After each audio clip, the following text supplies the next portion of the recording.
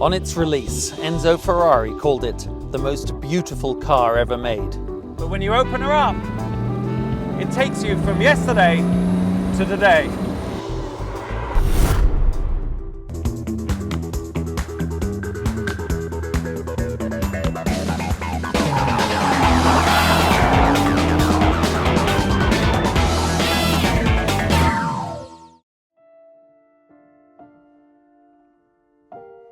The E-Type has an organic fluidity.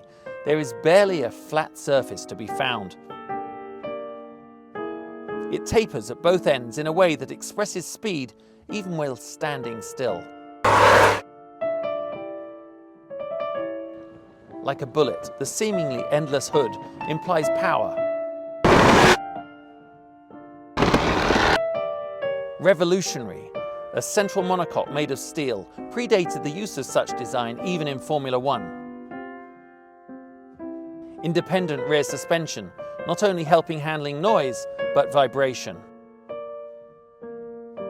The Series 2 cars have open headlights without glass covers. Between them, the enlarged mouth at the front for better cooling. And then moving to the rear, the wraparound rear bumper, and of course, all over, the presence of cool, design-reinforcing chrome.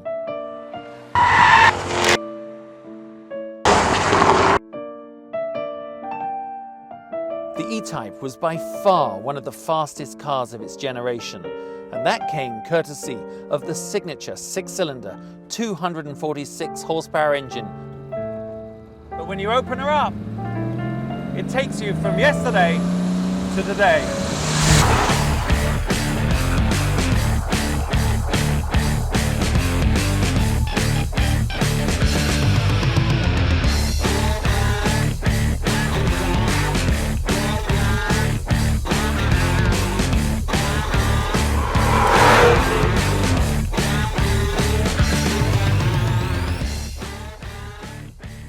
44 years after that little yellow E-Type was built, I'm here driving around a racetrack, of course, in the new Jaguar F-Type convertible.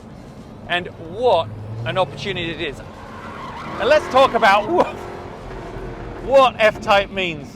It really is the true embodiment of everything that is Jaguar. Two-seater sports car, long hood, powerful engine, V8, 495 horsepower, supercharged. And once again, just like its little two-seater 60s counterpart, you sit all the way at the back, just you and your passenger, ready to get all naughty. It's just so visceral, I can smell everything, the diff, the brakes, the tires, perhaps me. It's just so rewarding. And of course, you seem so much more in tune with not just the environment, but what the car's doing. I drove the V8 and the V6 earlier on last year, and I have to say the V6 has a wonderful balance. Really, it's almost the perfect package. But the V8S just gives you that little bit more. It has that power just to pull you out. Come in heavily under braking, 110 miles an hour. Brake down to third, use the paddle shift. Turning in, just on the edge of braking away, I can control it on the throttle. Brake it, a little bit more power, and full power coming out. Now, that was a dance right on the edge of mayhem, my friends, but very rewarding. Tail happy, makes me happy, but it's only a mutually happy experience if you're ready for it, if you're prepared for it. High-speed direction change is actually pretty solid, but again, don't just take it for granted that the car will do all the work. Don't barrel roll it into the corners too fast. Be patient. Just get the car, the platform of the car balanced right in the sort of corner entry to apex, and then start to have some fun. Then you can let that 495 horsepower V8 just rattle, rasp its way into good use.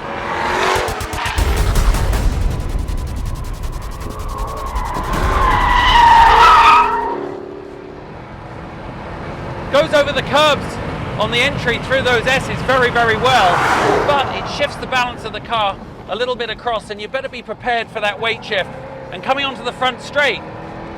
If you're too aggressive with the gas, you will get this seesawing all the way out to the exit.